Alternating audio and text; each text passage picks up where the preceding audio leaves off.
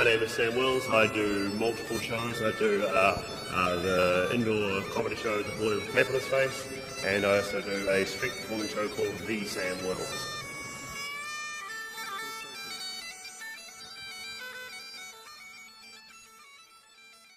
We're here at the draw for street performing.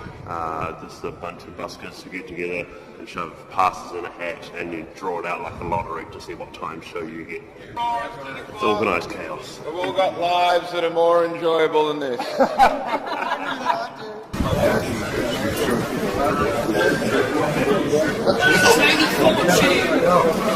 do you get up there? I don't know.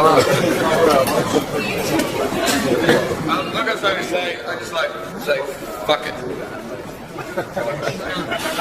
It's fuck it, fuck all the people who overran over the years, fishing the way it is. Fuck it all. Yes. And fuck, actually just put fire all over the pitch, you know, it's going on, Tristan. It's like, I don't mind if you use fire and stuff, but at least bring a towel or do it right at the back. Because even though they say, oh, we can put sawdust down, I don't want to go perform on sawdust.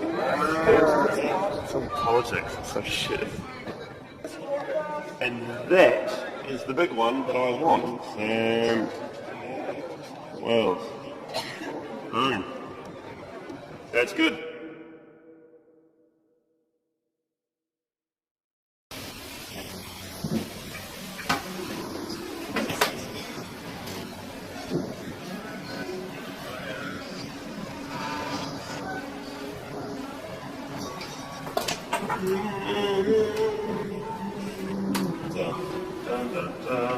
Talking to a young street performer who was here the other week, who just wants some advice on how to make the show bigger and better. So, yeah, just going. You should be back here in Edinburgh doing more shows.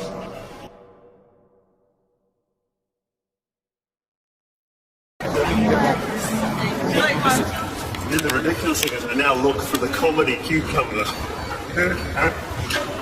I need one. That's a good one. It's got a round end and a funny end.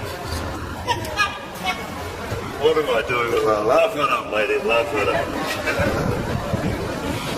One of those. Very exciting. That is going to make me a lot of money. The first lot of physical comedy was the more the street show indoors, where I would just go on stage with a suitcase full of kind of shock comedy bits and pieces, like hammering a nail on my nose and going through a tennis racket, but I'd do that indoors. That came about because a friend was running a comedy night in Christchurch, and then they last minute had the act cancel, and he rang me up in a panic saying, can I come and fill in?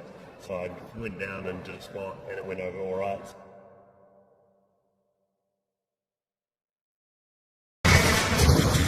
Everyone takes the piss out of me for having so much gear. This has got one thing there.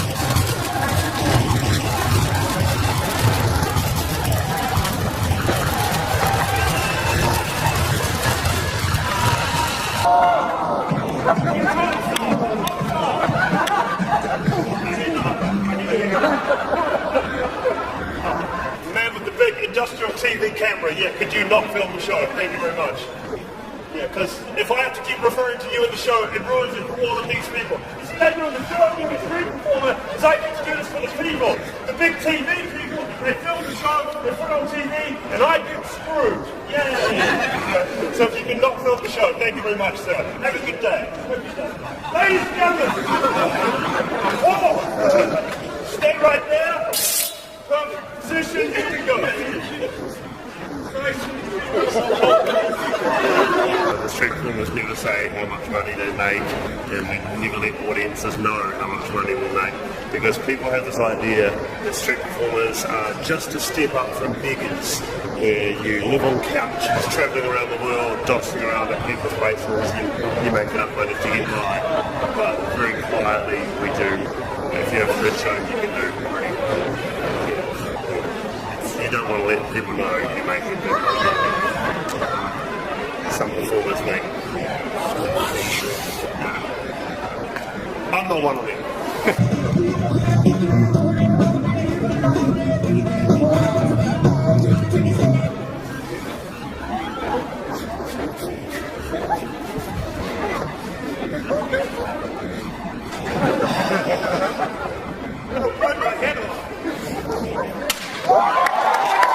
It wants to see the big finale thing go horribly wrong.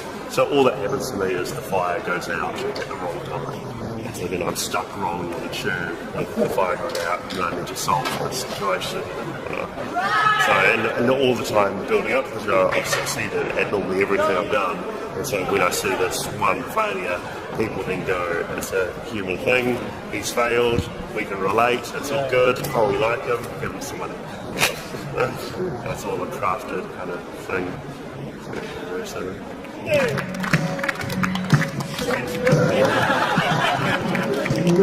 whoa! Whoa! The fire's gone out! Grab the fire before!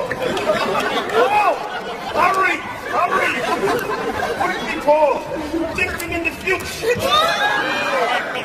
Stick them in the fuel! I've got a really generic hype show. There's no artistic merit in it. And I'm happy to put my hand up and say, yeah, I can say it's generic. But I know that because I did the tape-based stuff, that's the stuff I'm proud of, and that's what I like to do. This stuff pays the bills.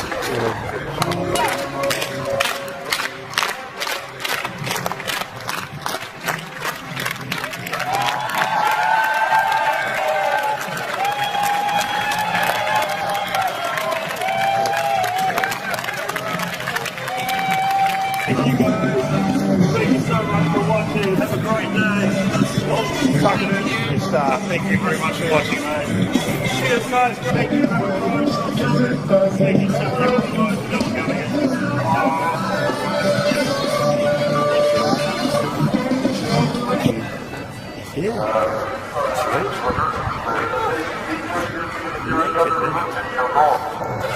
There's an award in New Zealand called the Billy T. James Award, which is possibly the biggest award of comedy back then. And I won it in 2005. And I was, the kind of expectation I put on myself was, what do I do now? Everyone expects me just to learn more tricks and to talk more. So I challenged myself to do a silent character, and so that's why I came up with the boy with tape on his face. So gaff tape my mouth shut, no talking, and decided to do no tricks at all. So that was the next challenge.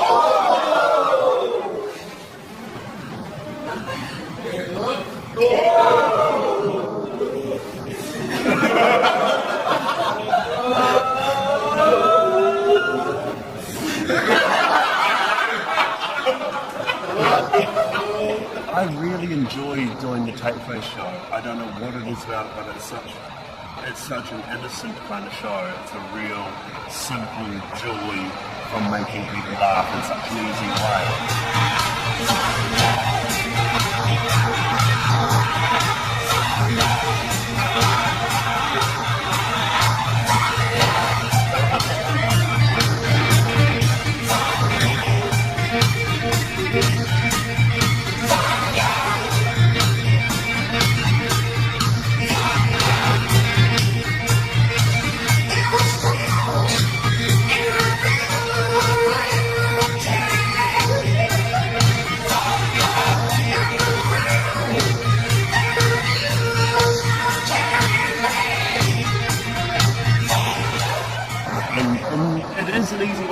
chosen the reason why, because it's simple but really thought through simplicity.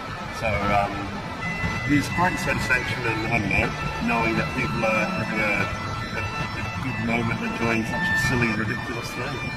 And where, I don't know. Yeah, so that's a really hard one. What do I get out of it? And get out of it. I don't know. It's just nice. There's nothing else I can do. I've got no other skills. I worked in a video store when I was 16. That was my only other job. I'm useless. Like what? It feels like a funeral song playing in the background as my career dies. Yep, this is it. This is my final epitaph on the comedy of life. This is it. Goodbye.